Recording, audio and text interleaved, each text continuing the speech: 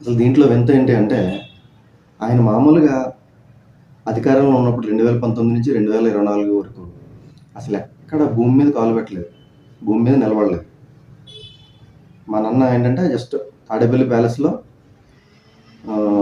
Helicopter ఎక్కితే అంతే, వేరే చోట ల్యాండింగ్. అది 3 కిలోమీటర్లైనా, 30 కిలోమీటర్లైనా ఓన్లీ హెలికాప్టర్. మరీ ఎక్కువ దూరం అయితే స్పెషల్ ఫ్లైట్. ఇంక అది తప్ప అసలు అన్న భూమి మీద కాలు పెట్టలేదు. అలాంటిది ఇప్పుడు కూడా ఆయన కావాలంటే స్పెషల్ ఫ్లైట్లు బుక్ చేసుకుని వెళ్ళొచ్చు ఎక్కడికైనా సరే. అసలు స్పెషల్ ఫ్లైట్లు బుక్ చేసుకోవడం ఏంటి?